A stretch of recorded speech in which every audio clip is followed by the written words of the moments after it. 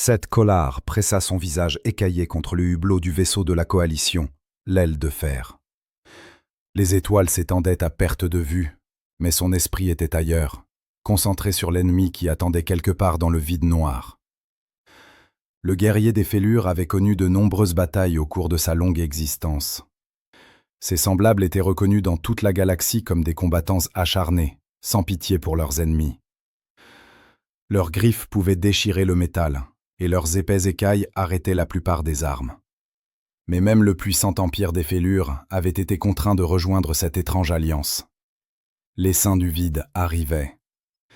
Ces créatures dévoraient des mondes entiers, transformant tout ce qu'elles touchaient en plus d'elles-mêmes. Aucune espèce n'était capable de s'y opposer seule. C'est pourquoi ils se trouvaient là, à bord d'un vaisseau rempli de monstres venus de 4 coins de la galaxie, tous unis par la crainte d'un ennemi encore plus terrible. Le général Vextar des Igémanies commandait le vaisseau. Cet extraterrestre à la peau grise et imposante était doté de 4 bras édieux comme des trous noirs. Ses semblables étaient réputés pour leur froideur stratégique et leur plan de bataille parfait. À ses côtés se tenait le capitaine Gort des Gorvani, une créature massive et ressemblant à un ours capable de broyer la tête d'un homme d'une seule main. Ses semblables se battaient comme des animaux sauvages, se jetant dans la bataille sans crainte de la mort. Puis venaient les Veltars. Ces êtres serpentins se déplaçaient dans les ombres, tuant leurs ennemis avant même qu'on ne les voie. Leur venin pouvait abattre un Gorvani en quelques secondes. Ils chuchotaient entre eux dans leur langue sifflante, planifiant et observant sans relâche. Toutes ces espèces s'étaient affrontées pendant des siècles. Les fêlures avaient consumé des mondes entiers. Les Gorvani avaient dévoré des prisonniers des fêlures, et les Igémanies avaient réduit des populations entières en esclavage. Mais maintenant, ils travaillaient ensemble, car ils n'avaient pas le choix.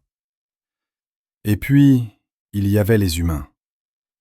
Stolar observa sur le pont principal la nouvelle recrue de leur coalition. Ils semblaient si faibles comparés aux autres guerriers. Leur peau était rose et tendre, facilement tranchée par n'importe quelle lame. Ils n'avaient ni griffes, ni écailles épaisses, ni venin, ni bras supplémentaires. Ils étaient plus petits que les Gorvani, plus faibles que les fêlures et plus lents que les Veltars. Le capitaine Jake Morrison dirigeait le groupe humain. C'était un homme d'âge moyen aux cheveux gris et aux yeux bleus calmes. Il parlait silencieusement à ses soldats, sans jamais hausser le ton ni faire de menaces, contrairement aux autres commandants. Son uniforme était simple, comparé aux armures décorées des autres espèces. La sergente Lisa Chen se tenait à ses côtés, une petite femme aux cheveux noirs attachés. Elle avait l'air à peine capable de soulever une arme des fêlures, mais elle se tenait fièrement. Le caporal Danny Rodriguez était encore plus jeune, probablement tout juste arrivé du monde que les humains appelaient chez eux. Le soldat Kevin Brooks avait littéralement l'air d'être sorti de l'école et non de la préparation à une guerre galactique. Il y avait aussi le docteur Ryan Foster, leur scientifique, et l'infirmière Amy Watson. Ils semblaient plus intéressés par leur tablette de données que par les entraînements aux armes. Le major Tracy Williams et le lieutenant-colonel Pete Sanders complétaient le personnel humain senior. Tous avaient l'air ordinaires, insignifiants. Les autres espèces du vaisseau traitaient les humains avec un mépris à peine dissimulé. Les Gorvani plaisantaient sur l'idée de les utiliser comme nourriture d'urgence. Les Veltars murmuraient qu'ils seraient les premiers à mourir au combat. Même les fêlures de Zitolar les considéraient comme un fardeau que la coalition était obligée de porter. Mais quelque chose chez les humains intriguait Zitolar. Ce n'était pas leur faiblesse qui le troublait. Des espèces faibles existaient dans toute la galaxie, et la plupart avaient déjà été conquises ou détruites. Ce qui le gênait, c'était leur calme apparent. Toutes les autres espèces du vaisseau montraient des signes de stress. Les Gorvani étaient agités, toujours à la recherche de conflits entre eux. Les Veltars étaient paranoïaques, soupçonneux envers tous ceux qui les entouraient. Ses propres guerriers des fêlures aiguisaient leurs griffes et testaient leurs armes en permanence. Les humains, eux, attendaient. Ils suivaient les ordres, accomplissaient leurs tâches et attendaient. Ils ne semblaient pas effrayés par les seins du vide. Ils ne semblaient pas préoccupés par le fait de se battre aux côtés de leurs ennemis naturels. Ils agissaient comme si c'était une journée de travail comme une autre. Stolar avait combattu de nombreuses espèces différentes au cours de sa carrière de guerrier.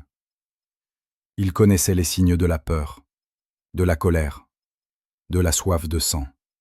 Il pouvait interpréter la préparation au combat de n'importe quelle créature en observant sa manière de se déplacer, de tenir ses armes et d'observer son ennemi. Mais les humains ne lui révélaient rien. Ils étaient vides, neutres, patients. Le capitaine Morrison s'approcha de l'écran tactique principal, où tous les officiers supérieurs se réunissaient pour le briefing journalier. Le général Vextar expliquait leur position actuelle et les dernières informations sur les mouvements de l'essaim du vide. Les créatures avaient été repérées près de plusieurs colonies minières des systèmes périphériques. Bientôt, la flotte de la coalition devrait les affronter. Chaque commandant d'espèce parlait de sa préparation au combat. Les Gorvani voulaient attaquer directement le centre ennemi. Les Veltar préféraient des attaques furtives à partir de plusieurs directions. Les Fêlures suggéraient une force écrasante pour écraser rapidement l'ennemi. Tous parlaient avec passion, avec colère, avec le feu des guerriers prêts au combat. Lorsqu'il fut temps pour le capitaine Morrison de s'exprimer, il se contenta de hocher la tête et de dire « Nous sommes prêts, général ». C'était tout. Pas de grand discours sur l'honneur ou la victoire. Pas de menaces contre l'ennemi. Pas de plan de bataille détaillé ou de demande de position spécifique dans la formation. Juste une simple affirmation qu'ils étaient prêts à combattre. Le général Vextar sembla surpris par la brève réponse, mais passa à autre chose. La réunion se termina par le retour de chaque espèce dans ses propres quartiers pour se préparer à l'affrontement à venir. Stolar se retrouva à suivre les humains dans leur secteur. Leur section était plus petite que les autres, reflétant leur statut inférieur au sein de la coalition, mais elle était parfaitement organisée. Chaque équipement avait sa place, chaque arme était propre et prête, chaque soldat savait exactement ce qu'il devait faire. Il les observa préparer. Il vérifiait leurs armes avec un soin méthodique, mais sans la signification rituelle que d'autres espèces attachaient à ces activités. Il passait en revue leur plan de bataille, mais ne se disputait ni ne débattait comme les autres commandants. Ils mangeaient, mais ne se repaissaient pas et ne se vantaient pas comme les guerriers avant le combat. Ils agissaient comme s'il s'agissait d'une tâche, pas d'une guerre sainte, pas d'un combat pour la survie, pas d'un test d'honneur et de force, mais d'un travail à faire. Cela perturba Zitolar plus que n'importe quelle menace ou insulte aurait pu le faire.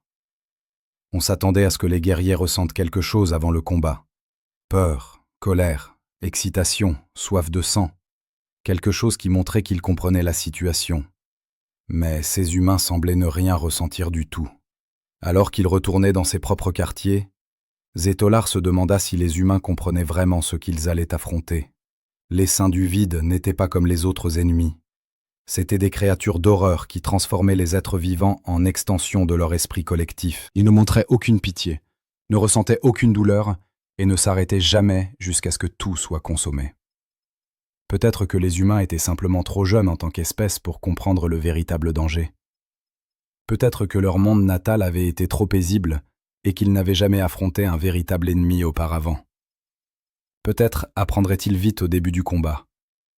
Mais tandis que Zotolar nettoyait ses propres armes et préparait son armure, il ne pouvait pas écarter la sensation d'avoir laissé quelque chose d'important de côté concernant ces étranges créatures silencieuses qui s'appelaient les humains. À 600 heures, les alarmes se sont mises à hurler. Stolar a sauté de son tapis de couchage, déjà à la recherche de ses armes avant que ses yeux ne soient entièrement ouverts. Autour de lui, les autres guerriers des Fêlures ont fait de même, leur entraînement rendant leurs mouvements automatiques. Tous au poste de combat. La voix du général Vextar s'est fait entendre sur le système de communication du vaisseau. Contact avec l'essaim du vide détecté près de la station minière Kepler. Nous engageons dans 30 minutes. Stolar s'est attaché son armure de combat, le poids familier des plaques métalliques lui retombant sur les épaules comme un vieil ami. Il a vérifié son fusil à plasma et s'est assuré que ses griffes de combat étaient correctement aiguisées. Tout autour de lui, ses compagnons se préparaient avec la même efficacité meurtrière qui avait fait la réputation des Fêlures dans toute la galaxie. Le vaisseau a tremblé alors que les moteurs les propulsaient vers la zone de combat. À travers les couloirs, Zetolar pouvait entendre les préparatifs des autres espèces pour la guerre. Les Gorvani chantaient leur chant de mort, des voix profondes qui résonnaient dans les couloirs métalliques. Les Veltars se déplaçaient silencieusement, mais ils pouvaient sentir leurs phéromones de combat dans l'air. Les troupes des Hégémanies marchaient en formation impeccable, leurs bottes créant un rythme semblable à un battement de cœur mécanique. Et quelque part dans ce chaos, les humains se préparaient aussi. Quand Stolar a rejoint son poste de combat, il a vu l'écran tactique afficher les positions ennemies. Les Saints du Vide avaient encerclé la station Kepler avec des dizaines de leurs navires bio. Les créatures ressemblaient à de gigantesques insectes croisés à des navires de guerre, leurs carlingues pulsant d'une vie organique. Les rapports de renseignement indiquaient qu'ils transformaient les travailleurs des stations minières en plus de créatures de l'essaim du vide. La flotte de la coalition s'est déployée en formation d'attaque. Chaque espèce a pris ses positions préférées. Les navires Gorvani se sont lancés à l'attaque directe du centre ennemi, leurs équipages rugissant pour la bataille. Les navires Veltar se sont glissés le long des bords, se préparant à frapper les points faibles. Les navires Fêlure, y compris l'aile de fer, ont formé la ligne de bataille principale, et le navire humain, le petit vaisseau qu'ils appelaient Liberté, a pris position près de l'arrière de la formation. Beaucoup de guerriers de la coalition ont ri de cela. Les humains se protégeaient alors que les vrais combattants faisaient le travail. Mais Zoutolar a remarqué que le capitaine Morrison avait positionné son vaisseau pour pouvoir répondre aux menaces venues de n'importe quelle direction, sans se cacher, en observant. Le combat a commencé lorsque les Gorvani ont atteint les lignes ennemies. Les vaisseaux de la coalition se sont abattus sur les navires Swarm du vide comme des marteaux sur du verre. Les navires biotiques de la créature se sont tordus et contorsionnés, tentant de s'enrouler autour des vaisseaux Gorvani avec des appendices ressemblant à des tentacules. Du feu plasma et de l'acide organique ont rempli l'espace entre les flottes. Les Veltars ont attaqué ensuite, leurs navires surgissant de derrière des astéroïdes pour frapper le swarm du vide sous des angles inattendus. Leurs armes étaient précises, tranchant les points faibles de l'ennemi avec une précision chirurgicale. Puis, les Kraks sont entrés dans la bataille. Staller a ressenti la familiarité du plaisir de la bataille, tandis que leurs armes ouvraient le feu. Son peuple avait perfectionné l'art de la force écrasante. Leurs canons à plasma pouvaient percer les armures les plus épaisses, et leurs équipes d'assaut étaient légendaires pour leur sauvagerie. Mais le swarm du vide était différent de tout ennemi qu'ils avaient affronté auparavant. Lorsque les navires biotiques étaient endommagés, ils ne se retiraient pas, ni n'explosaient. Au lieu de cela, ils se divisaient comme des cellules, créant des navires plus petits. Lorsque leurs créatures étaient abattues, elles se régénéraient simplement à partir des restes. Et tout le temps, ils essayaient de faire monter les équipes d'assaut sur les navires de la coalition. La bataille s'est transformée en un cauchemar de combat rapproché lorsque plusieurs pods du swarm du vide ont pénétré l'armure des Iron Wings. Les créatures à l'intérieur étaient sans précédent pour Zitolar. Elles avaient trop de dents, trop de griffes, et elles se déplaçaient en parfaite coordination, comme si elles étaient contrôlées par un seul esprit. Zitolar s'est retrouvé à combattre dans le couloir 7, près du secteur humain du navire. Son fusil plasma a abattu 3 créatures, mais d'autres en arrivaient sans cesse. Leur sang acide rongeait le plancher métallique, et leurs cris semblaient provenir de son propre crâne. Il était en train de recharger son arme lorsqu'il a entendu quelque chose qui n'avait aucun sens au milieu d'une bataille de vie ou de mort. Des rires. Le caporal Kevin Brooks riait alors qu'il plaçait des charges explosives dans le couloir devant lui. Non pas les rires fous de quelqu'un qui avait perdu la raison, mais l'amusement génuin de quelqu'un qui appréciait son travail. « Hé, Danny !» a appelé Brooks au caporal Rodriguez. « Tu te rappelles de ce qu'on a appris pendant la formation de base, celui sur la façon de retourner les avantages de l'ennemi contre eux ? Tu veux dire cette partie où le sergent Baker nous a fait mémoriser 50 façons différentes d'utiliser des explosifs improvisés ?» répondit calmement Rodriguez en abattant une créature du swarm du vide pendant qu'il parlait. « C'est celui-là. » Staller a regardé, émerveillé, les 2 humains travailler ensemble avec une coordination parfaite. Ils ne combattaient pas seulement les créatures. Ils les étudiaient. Chaque fois qu'une créature du swarm du vide utilisait une tactique, les humains trouvaient un moyen de la contrer. Quand les créatures essayaient de les submerger par leur nombre, les humains utilisaient des couloirs étroits pour limiter le nombre d'attaquants. Quand les créatures utilisaient leur sang acide comme arme, les humains l'ont retourné contre elles, en les faisant saigner les uns sur les autres. La sergent Lisa Chen est apparue au coin d'un couloir avec une arme que Zotolar n'avait jamais vue auparavant. Elle tirait une sorte de filet qui s'enroulait autour des créatures du swarm du vide et se resserrait jusqu'à ce qu'elles ne puissent plus bouger. L'idée du médecin Watson, a expliqué Chen lorsqu'elle a remarqué son regard surpris. Elle a vu que les articulations de leur exosquelette avaient un point faible spécifique. Ce filet exerce de la pression sur tous ces points à la fois. Derrière elle se trouvait la médecin Amy Watson elle-même, mais elle n'était pas cachée en toute sécurité comme l'avait espéré Stolar. Elle soignait les soldats de la coalition blessés en plein milieu du champ de bataille, ignorant complètement les dangers environnants. Après avoir traité un guerrier des Kraks blessé, elle est allée aider une créature du swarm du vide blessée et coincée sous des débris. « Qu'est-ce que vous faites ?» a demandé Stolar. « Cette chose est notre ennemi. » Watson l'a regardée avec des yeux calmes. « Elle est blessée et coincée. Cela en fait ma patiente. » Elle a soigné les blessures de la créature avec la même attention qu'elle avait portée aux soldats de la coalition, même si elle avait tenté de les tuer toutes il y a quelques minutes à peine. Une fois le soin terminé, elle lui a injecté un sédatif pour qu'on l'étudie plus tard. Nous devons comprendre comment elle fonctionne si nous voulons les combattre efficacement. La bataille dans leur secteur du navire s'est terminée avec l'arrivée du major Tracy Williams avec une équipe de soldats humains. Ils avaient développé de nouvelles tactiques au cours du combat, utilisant les systèmes du navire contre les envahisseurs. Ils ont injecté des gaz que les créatures ne pouvaient pas respirer dans certaines sections, modifié la gravité pour les coincer contre les murs, et utilisé l'intelligence artificielle pour prédire les prochains mouvements des créatures. Quand c'en fut terminé, les créatures du swarm du vide dans leur secteur étaient soit mortes, soit capturées.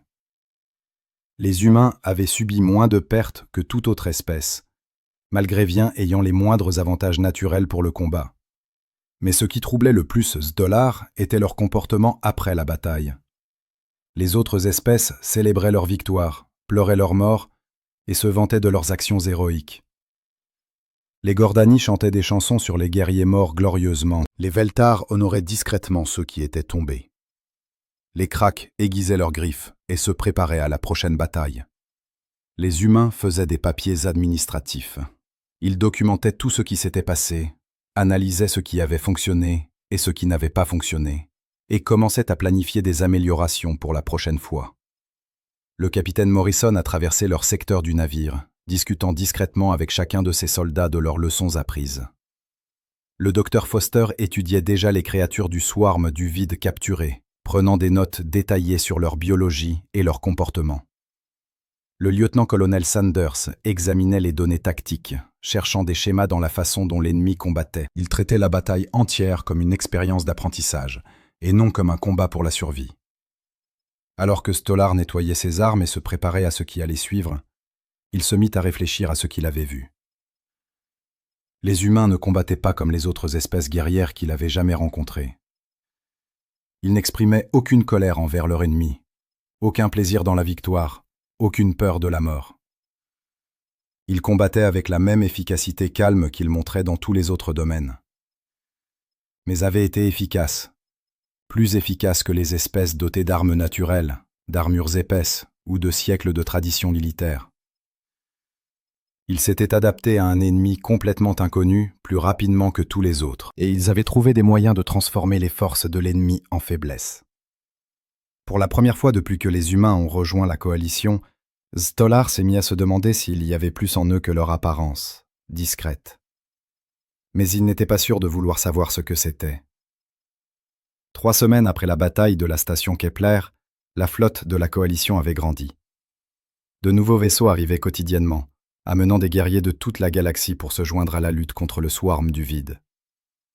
Mais avec chaque victoire, l'ennemi semblait apprendre et s'adapter aussi rapidement qu'eux.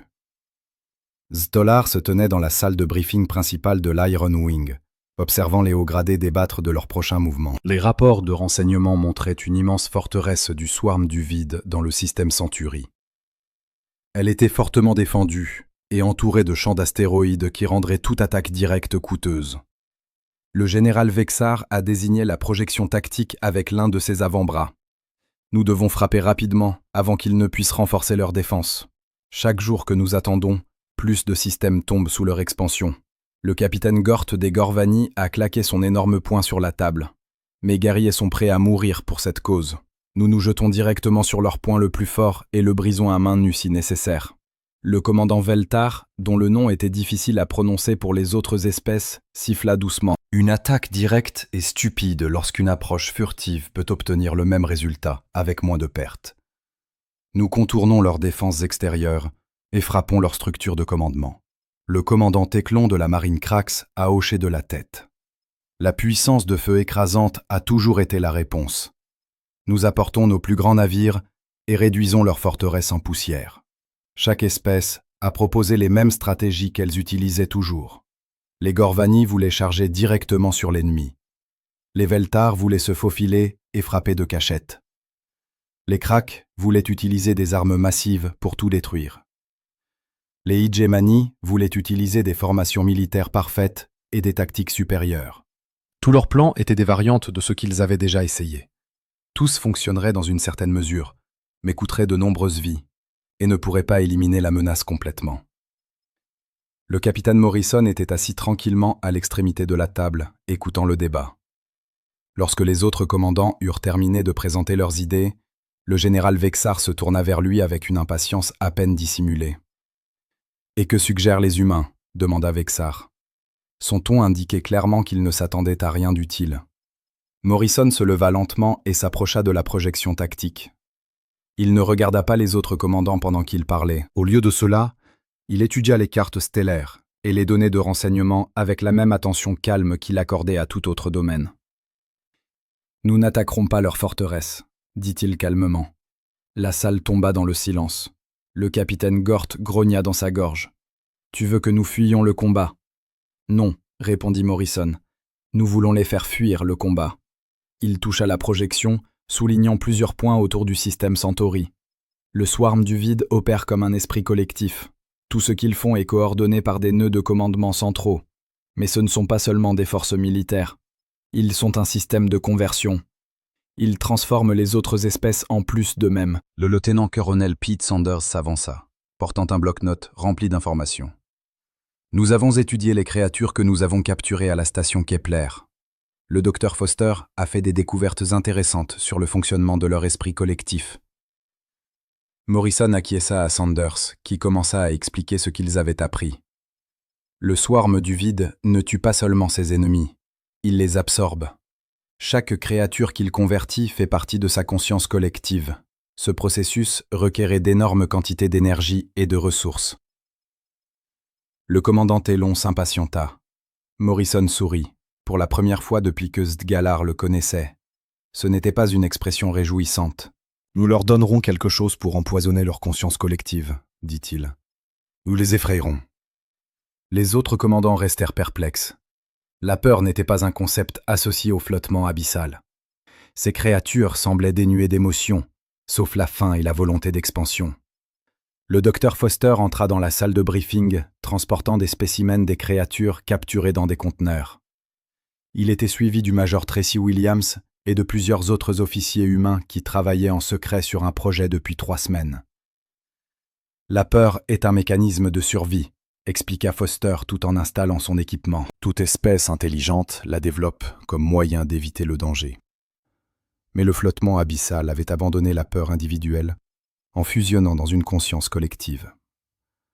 Cette conscience collective devait les protéger de la faiblesse des émotions individuelles. Il activa l'un des conteneurs, faisant flotter une seule créature du flottement abyssal dans une chambre spécialement conçue.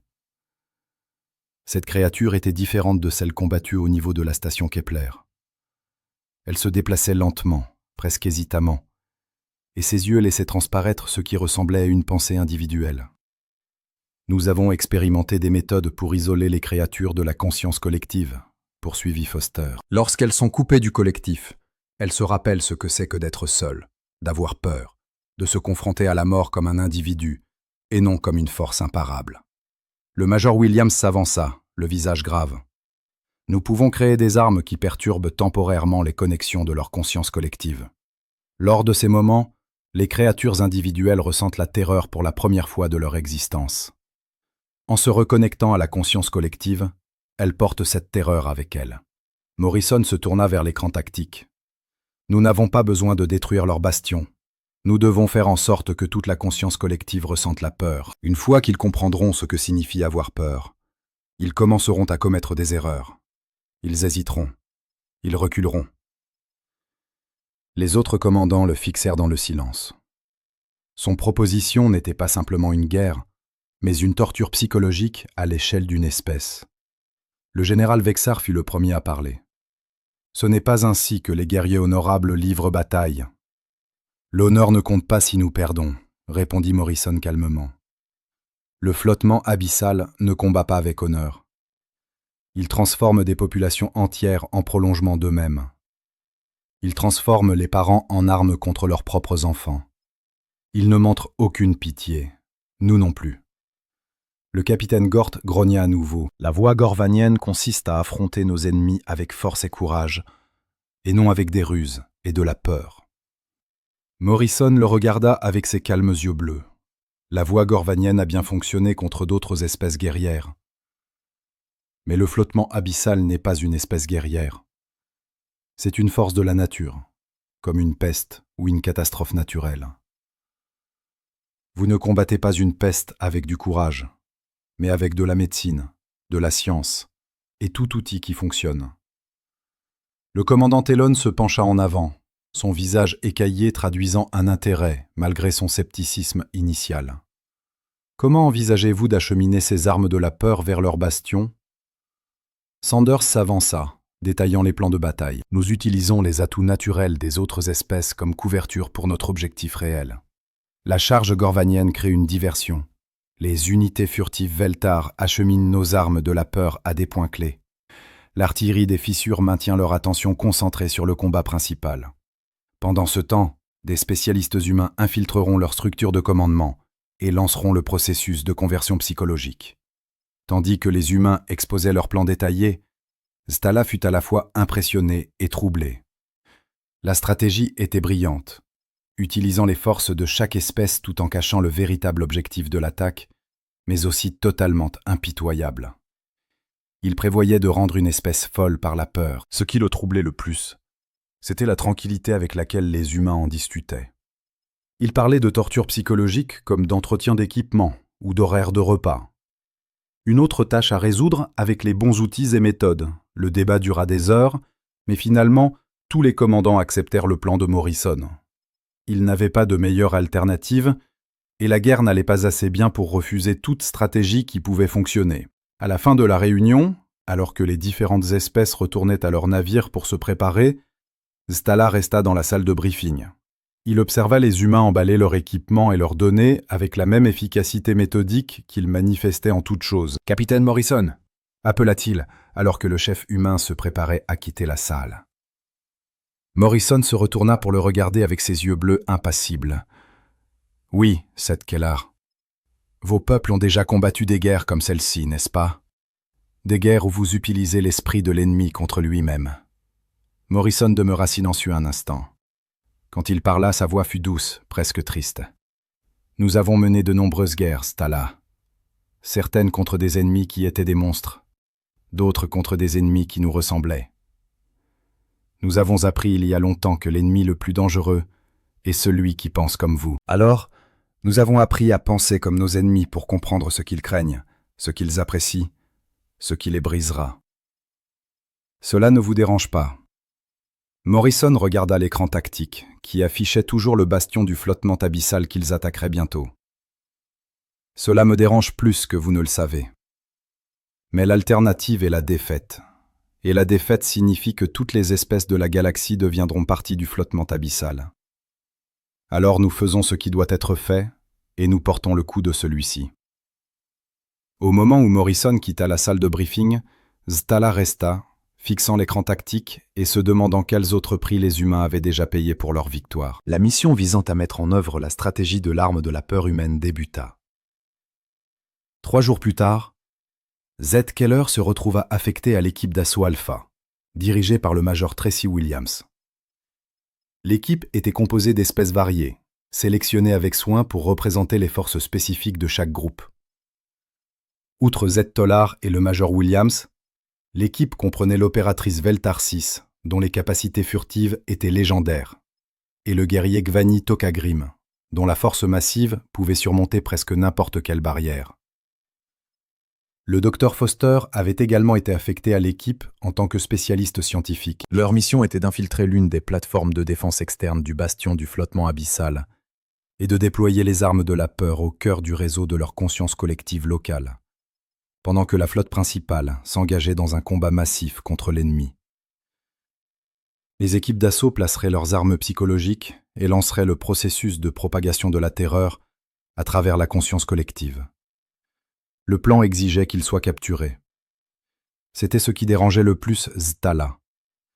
Le Major Williams l'avait expliqué calmement lors de leur briefing de mission. Le flottement abyssal tenterait de convertir les prisonniers, les connectant à leur conscience collective afin de voler leurs connaissances et d'ajouter leurs caractéristiques biologiques à la conscience collective.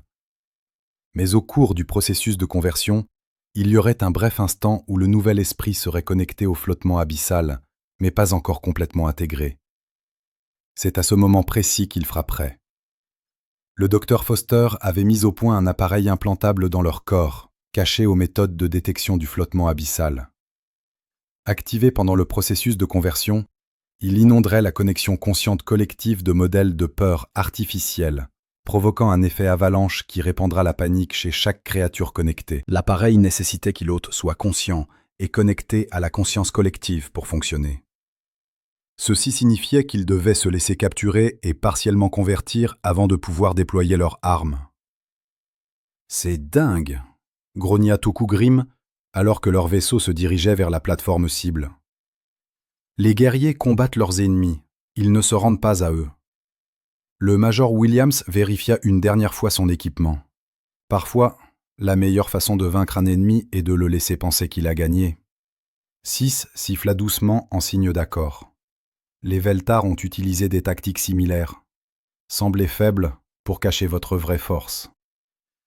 Mais Stala voyait que cela différait des tactiques de tromperie habituelles. Les humains ne faisaient pas semblant d'être faibles. Ils se mettaient délibérément dans la situation la plus dangereuse possible, car c'était là que leur arme serait la plus efficace. Le docteur Foster semblait presque enthousiaste à l'idée de la mission. Nous allons enfin voir comment fonctionne le processus de conversion du flottement abyssal de l'intérieur. Les données que nous recueillerons seront inestimables pour les opérations futures, en supposant que nous survivrons, murmura Stala. Oh, nous survivrons, répondit Foster avec une confiance troublante. Les implants ont un taux de réussite de 73% dans nos simulations. Ce sont des probabilités acceptables. Stala regarda le scientifique humain. Vous parlez d'une probabilité de 27% de mort, ou pire, d'une conversion permanente à l'ennemi, ajouta Stala. Foster acquiesça calmement. Oui, mais une possibilité de 73% de porter un coup dur à la conscience collective du flottement abyssal. Les avantages n'emportent sur les risques. Leur vaisseau fut détecté par la plateforme de défense du flottement abyssal, exactement comme prévu. Le pilote humain, le lieutenant Sarah Brooks, donna l'impression qu'il tentait de s'échapper, mais les moteurs du vaisseau avaient été sabotés secrètement pour tomber en panne au bon moment. Le flottement abyssal les captura avec des engins à grappins tentaculaires qui traînaient leur vaisseau dans le quai d'amarrage de la plateforme. Ce qui suivit ne ressemblait à aucun combat qu'ils n'avaient jamais connu. Les créatures du flottement abyssal ne tentèrent pas de les tuer. Elles tentèrent de les capturer vivants. Ceci rendait le combat presque plus difficile qu'affronter un ennemi qui voulait les anéantir. Les créatures utilisèrent des armes assommoirs et des filets pour désactiver plutôt que supprimer l'équipe d'assaut. Le Major Williams dirigeait la résistance, mais celle-ci était minutieusement planifiée pour échouer. Il fallait donner l'impression de combattre avec acharnement tout en assurant leur capture. Une performance, et les humains s'y étaient montrés excellents. Une fois submergés et faits prisonniers, les créatures du nuage cosmique les transportèrent au cœur de la plateforme. Les chambres de conversion. Des structures biologiques ressemblant à d'immenses fleurs faites de chair et d'os attendaient. Chaque membre de l'équipe fut placé dans une chambre séparée où des tentacules organiques commencèrent à se connecter à leur système nerveux. Le processus de conversion était horrible. Settar ressentait des pensées étrangères s'insinuant dans son esprit, essayant de supplanter sa conscience individuelle et de le faire devenir partie du collectif. Mais les scientifiques humains les avaient préparés à cela.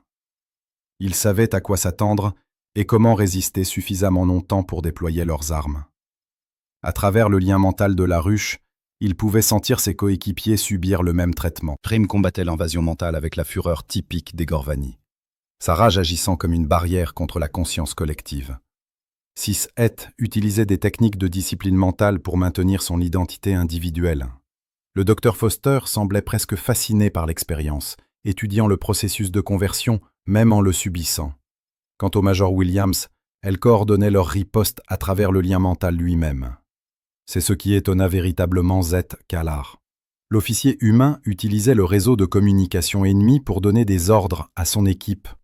Elle avait appris à penser selon les schémas utilisés par le nuage cosmique pour leur conscience collective, lui permettant d'envoyer des messages que le mental de la ruche interprétait comme ses propres pensées. « Déployez les armes maintenant », ordonna mentalement Williams par le lien de la ruche.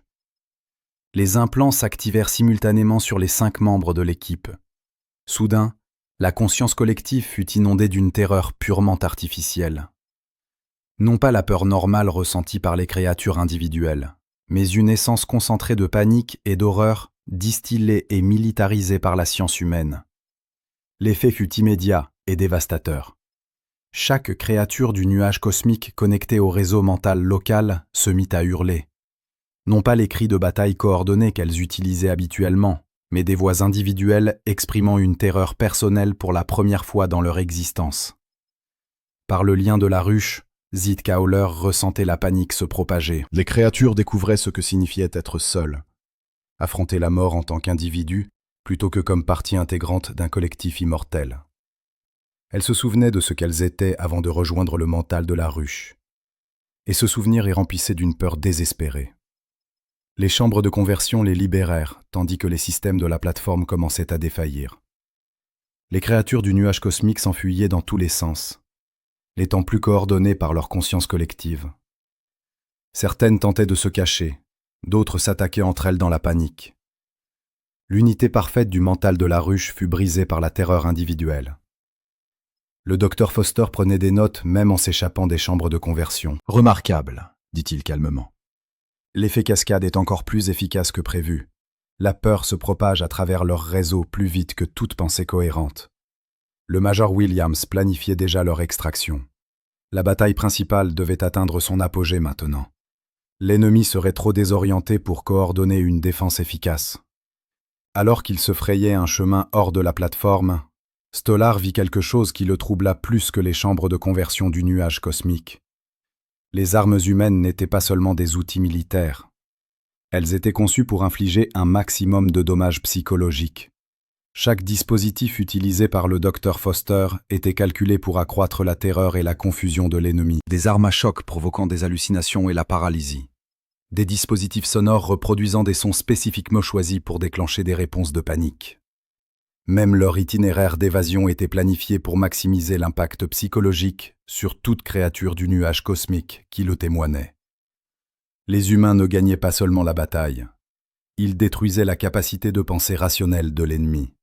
Quand ils atteignirent finalement leur point d'extraction et furent recueillis par un vaisseau de sauvetage de la coalition, Stolar regarda ses coéquipiers humains avec une nouvelle compréhension. Ils s'étaient délibérément laissés convertir partiellement par l'ennemi afin d'introduire des armes psychologiques dans leur conscience collective, et ils le traitaient comme une mission réussie de plus. Le déploiement initial semble réussi. Le Major Williams rapporta le capitaine Morrison via le système de communication. La cascade de la peur se propage à travers les réseaux mentaux locaux. Recommandation de frappe immédiate de suivi pendant que la coordination ennemie est perturbée. Le Dr Foster préparait déjà ces données pour analyse. Nous devrons étudier les effets à long terme sur leur conscience collective. Cela pourrait être la clé de la fin de la guerre. Alors que leur vaisseau revenait à la flotte principale, Zet Kalar réalisa que les humains n'avaient pas seulement gagné une bataille, ils avaient introduit un nouveau type de guerre dans la galaxie. Pas seulement la destruction de corps ou de vaisseaux, mais la destruction de la capacité de l'ennemi à penser et à planifier en tant que force unifiée. Brillamment efficace, terrifiant à assister. Et Seth Kallard commençait à comprendre que les humains menaient des guerres comme celle-ci depuis longtemps. La campagne de guerre psychologique humaine a dépassé toutes les attentes. Dans les 2 semaines suivant le premier déploiement d'armes de la peur, des flottes entières de nuages cosmiques se sont retournées les unes contre les autres. L'unité parfaite de leur mental de ruche avait été brisée par l'introduction de la terreur individuelle, et l'effet cascade continuait de se propager à travers leur réseau. Mais la victoire modifiait les humains de manière qui troublait Zekular plus que l'ennemi ne l'avait jamais fait. Il l'a remarqué pour la première fois lors d'un briefing de mission routinier à bord de l'Iron Wing. Les forces de la coalition se préparaient à attaquer une base logistique du nuage cosmique que la renseignement suggérait tenter de se mettre à l'abri des parties infectées de leur réseau. Le capitaine Morrison expliquait le plan d'attaque aux commandants rassemblés. L'ennemi tente de créer des poches isolées de leur conscience collective, déclara Morrison, pointant sur l'écran tactique. Nous ne pouvons pas leur permettre de se remettre de nos attaques psychologiques. Chaque groupe isolé qui survit devient un potentiel foyer pour la reconstruction de leur mental de ruche.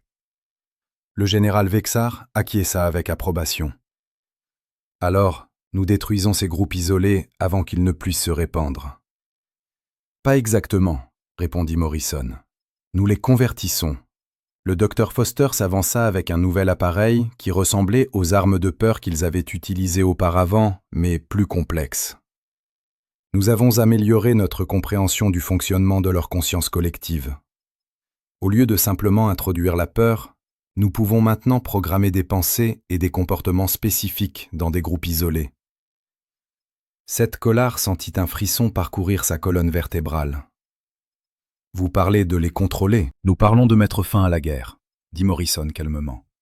Chaque créature du nuage cosmique que nous convertissons à notre côté est un ennemi de moins à combattre et un allié de plus dans notre campagne contre les réseaux mentaux de ruches restants. Le plan qui suivit était méthodique et impitoyable. Des spécialistes humains infiltreraient les groupes de nuages cosmiques isolés et utiliseraient leurs armes psychologiques pour reprogrammer les créatures. Au lieu de ressentir de la peur, ces créatures converties ressentiraient une loyauté envers la coalition. Au lieu de tenter d'étendre le mental de la ruche, elles travailleraient à le détruire. Le major Tracy Williams fut promu colonel après le succès des missions d'armes de la peur. Elle commandait désormais une division entière de spécialistes de la guerre psychologique humaine. Quand Zdalar la revit, elle avait changé, plus mince, plus concentrée, avec des yeux qui semblaient regarder à travers les gens, plutôt que de les regarder. L'ennemi a fait de cela un point personnel lorsqu'ils ont essayé de nous convertir, expliqua-t-elle lors d'une conversation privée. Maintenant, nous rendons l'appareil. Chaque créature que nous reprogrammons est une justice pour ce qu'ils ont essayé de nous faire à nous et à des milliards d'autres êtres innocents. Mais la définition humaine de la justice s'avérait très complète. Zdalar fut chargé d'observer une de leurs opérations de conversion dans une installation de recherche du nuage cosmique capturé. Les humains avaient isolé un groupe de plusieurs centaines de créatures et reprogrammaient systématiquement leur conscience collective.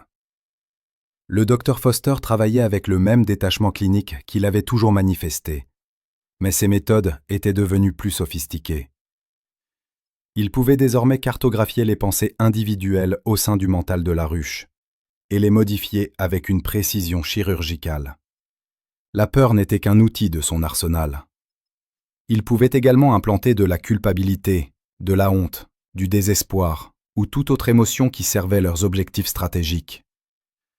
La clé, c'est de comprendre ce qu'était chaque créature avant de rejoindre le mental de la ruche, expliqua Foster pendant qu'il travaillait. Beaucoup d'entre elles ont été converties contre leur gré à partir d'autres espèces. Au plus profond de leur conscience collective, elles se souviennent de leurs identités d'origine. Nous aidons simplement à ce qu'elles se souviennent plus clairement. Seth Kallard observa Foster activer son appareil sur un groupe de créatures qui avaient autrefois été membres de paisibles communautés agricoles andoriennes. Sous l'influence de l'arme psychologique, elles commencèrent à se souvenir de leurs anciennes vies, de leurs familles, de leurs foyers que l'expansion du nuage cosmique avait détruits.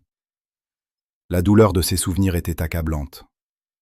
Les créatures hurlèrent et se tordaient tandis que des décennies d'identités individuelles réfrénées affluaient. Mais au lieu d'être rendues folles par l'expérience, elles furent remplies d'une haine ardente pour le mental de la ruche qui leur avait volé leur vie. Parfait, dit Foster, prenant des notes sur son bloc-notes. La colère contrôlée est beaucoup plus utile que la peur aléatoire. Ces unités seront hautement motivées pour détruire d'autres installations du nuage cosmique. Le sergent Kevin Brooks, malgré la gravité de la situation, continuait à lancer des plaisanteries, désormais plus sombres, alors qu'il préparait les filets de capture pour les créatures converties. Il se moquait de la facilité avec laquelle l'ennemi était transformé en sa propre pire cauchemar. Ils voulaient nous intégrer à leur conscience collective, déclara-t-il. Au lieu de cela, nous les avons intégrés à notre machine de guerre. La sergente Lisa Chen avait mis au point de nouvelles techniques d'interrogatoire capables d'extraire des informations des prisonniers du nuage cosmique sans les convertir. Elle utilisait une combinaison de pression psychologique et de réponses ciblées à la peur pour briser leur défense mentale. Quand Zotolar l'interrogea sur l'éthique de la torture de créatures sensibles, sa réponse le glaça. « Ce ne sont pas des êtres sensibles au sens où nous le comprenons, » dit-elle d'un ton détaché. Les individus du nuage cosmique sont plutôt comme des ordinateurs biologiques suivant des instructions programmées. Nous les reprogrammons simplement avec de meilleures instructions. Le médecin Amy Watson continuait à soigner les ennemis blessés aux côtés des alliés. Mais sa définition du traitement avait évolué. Elle effectuait désormais des évaluations psychologiques sur chaque patient, déterminant ceux qui pouvaient être convertis et ceux qui étaient trop dangereux pour survivre. Ces décisions médicales reposaient sur la valeur stratégique, plutôt que sur le serment traditionnel de ne causer aucun mal. Le plus grand préjudice serait de permettre au nuage cosmique de perdurer. Elle expliqua ces nouvelles méthodes lorsqu'elle fut interrogée par Stalar. Chaque créature que nous sauvons devient une arme contre leur espèce. C'est la forme de guérison la plus efficace dans cette situation. Les créatures du nuage cosmique et converties étaient en effet des armes efficaces. Elle connaissait toutes les tactiques de l'ennemi, toutes ses faiblesses, toutes ses installations et plans secrets. Plus importante encore, elle pouvait propager les armes psychologiques par contact direct avec d'autres réseaux de conscience collective, créant un effet viral qui détruisait la conscience collective de l'intérieur. Cependant, les observer en action était troublant. Les créatures converties combattaient avec une fureur désespérée, contrairement à la coordination calme qu'elles avaient manifestée au sein du réseau originel. Elles semblaient prendre plaisir à infliger de la douleur à leurs anciens alliés, se vengeant de la perte de leur propre identité. Les humains encourageaient ce comportement, tirant parti de la colère des créatures converties comme outil de motivation. Le lieutenant-colonel Pete Sanders était devenu l'expert de la coalition en matière d'utilisation des créatures converties comme agents de renseignement. Ces méthodes pour extraire des informations de l'ennemi étaient extrêmement efficaces, mais impliquaient des techniques de torture psychologique qui auraient été considérées comme des crimes de guerre s'appliquer à une autre espèce. Le nuage cosmique ne reconnaît pas le concept de crime de guerre, expliqua Sanders à Stolar. Ils ont violé tous les principes de la guerre civilisée en convertissant des populations entières contre leur gré. Nous utilisons simplement leurs propres méthodes contre eux. Le capitaine Morrison, désormais promu au rang d'amiral, coordonnait l'ensemble de la campagne de guerre psychologique depuis le pont de l'aile de fer. Il disposait de cartes montrant la propagation des créatures converties à travers les réseaux restants du nuage cosmique, suivant l'effondrement de leur conscience collective, comme une maladie se répandant dans un corps. « Nous gagnons », déclara l'amiral Morrison aux dirigeants de la coalition réunis lors d'une réunion stratégique. « D'ici 6 mois, il ne restera plus de conscience collective unifiée du nuage cosmique dans cette galaxie.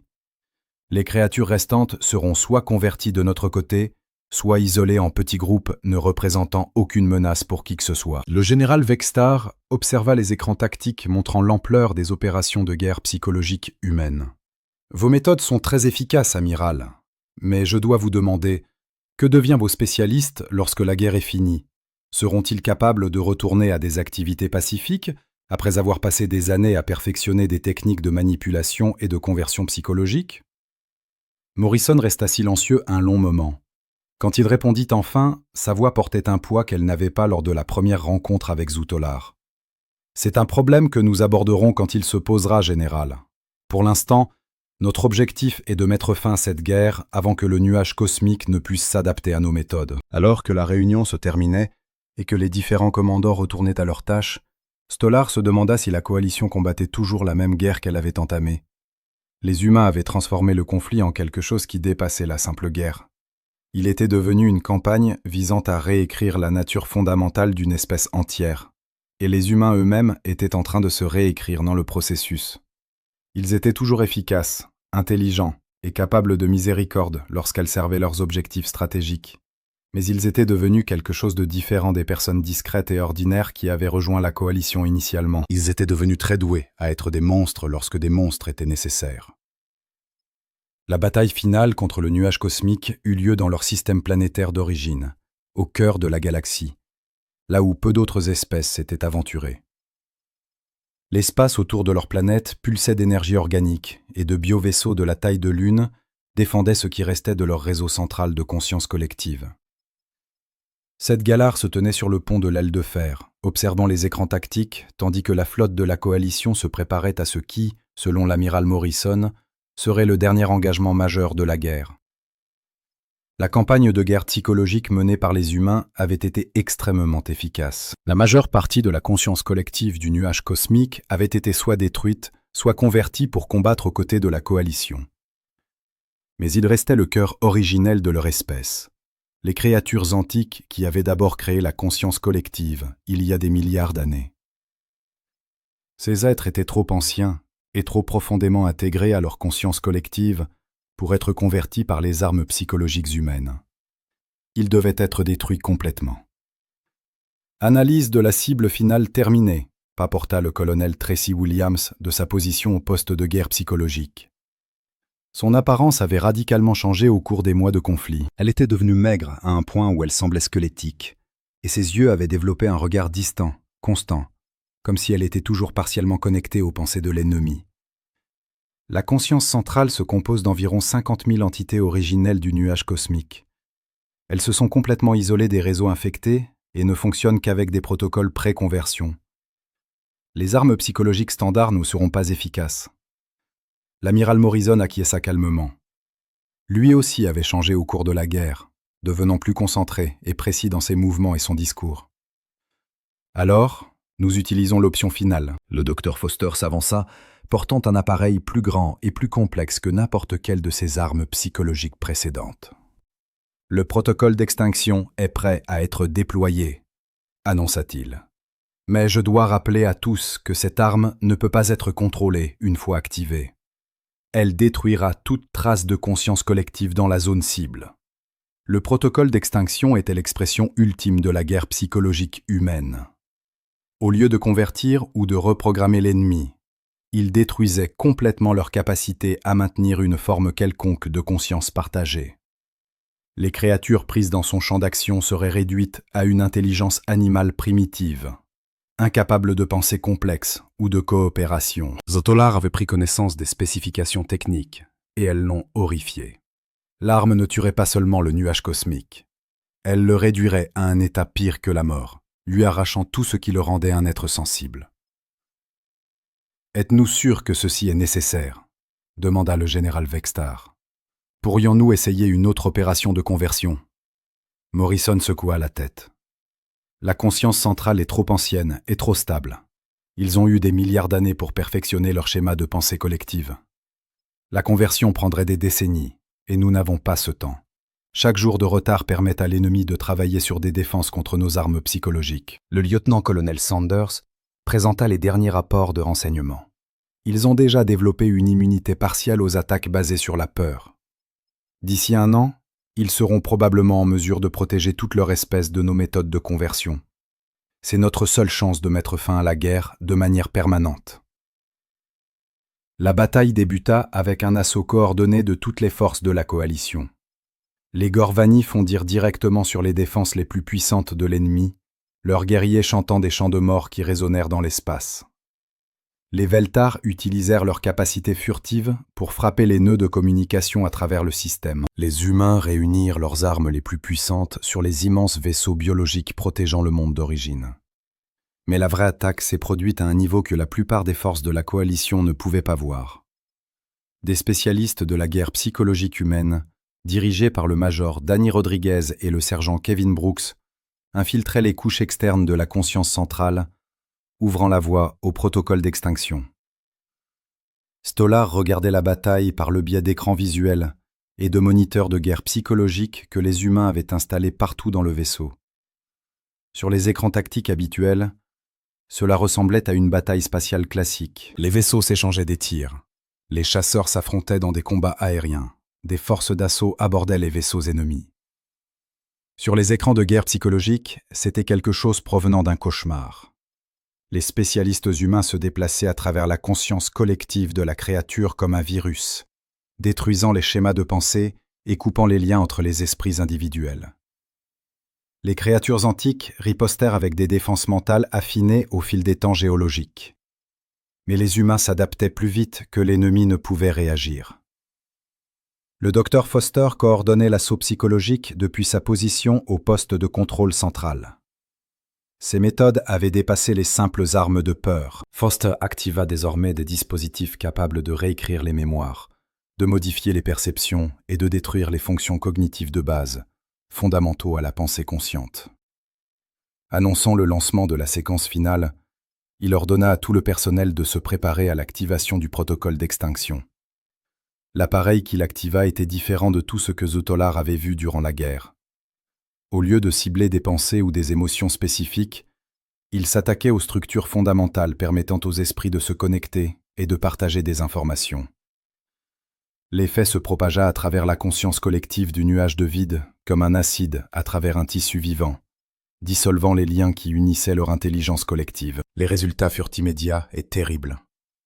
Partout sur le champ de bataille, les créatures du nuage de vide cessèrent soudainement leurs attaques coordonnées et se mirent à se déplacer au hasard. Leurs vaisseaux biologiques perdirent leur formation et commencèrent à dériver sans but dans l'espace.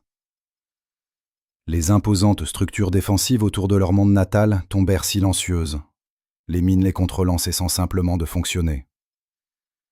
À travers le système de communication du vaisseau, Stalar entendit des rapports d'autres navires de la coalition décrivant le même phénomène. L'ennemi ne mourait pas. Il était réduit au niveau mental d'animaux simples, incapables de planifier le discours ou même d'utiliser des outils rudimentaires. Le colonel Williams rapporta. Le déploiement du protocole d'extinction est réussi. La dissolution de la conscience collective est à 97% et monte en flèche. La durée estimée pour l'effondrement cognitif est de 47 minutes.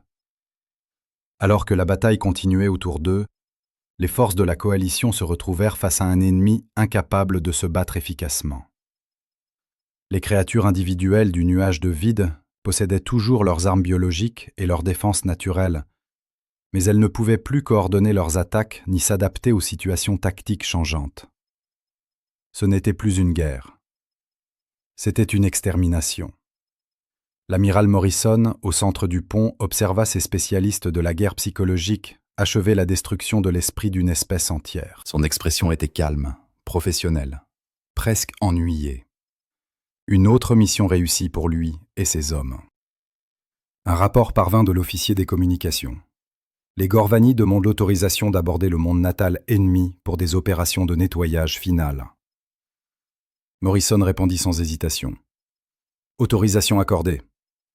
Mais rappelez au capitaine Gort que nous avons besoin de quelques spécimens vivants pour des études. Le docteur Foster souhaite examiner les effets à long terme du protocole d'extinction. Alors que les forces de la coalition se préparaient à atterrir sur le monde natal du nuage de vide, Ztolar se retrouva à penser à tout ce qu'il avait vu pendant la guerre. Les humains étaient apparus comme des créatures apparemment faibles, dépourvues d'armes naturelles ou de défense.